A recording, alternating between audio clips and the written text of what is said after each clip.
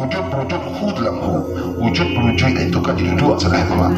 Kalau dibuka ranjinya, kalimahnya la ilaha illallah, artinya tiada Tuhan selain Allah, senantiada sia Tuhan siapa Allah sia sebenarnya. Rusalilu sifatullah, duduk aku dalam nurullah, tak ada aku dalam khairullah, tapi aku dalam kalimah la ilaha illallah. Hu Allah, Allah Rabbah.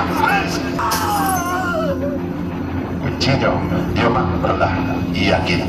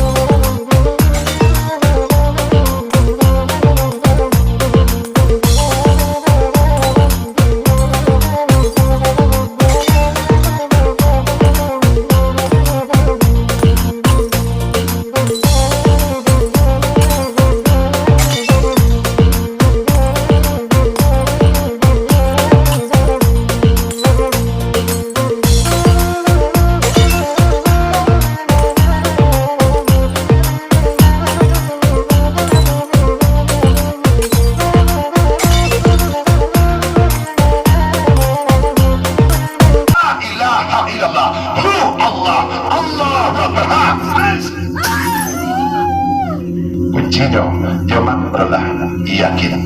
Semuanya amat melindungi apa? Kalau amat dah yakin, amat dah siap. Tapi kalau amat yakin, amat bincangkan sekiranya mati lain lumpur ada bagi amat.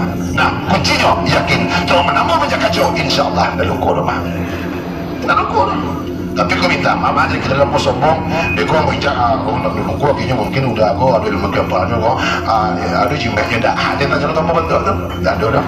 Nah, cuma aku menjaga jauh menimbulkan semangat keyakinan awak kepada Allah Subhanahu Wa Taala. Nah, semoga yang melaju betul itu, yang mana yakin yang untuk sihat. Ya, Pak ya. Nah, jangan cukup rumah dah. Dengar tidak? Alhamdulillah.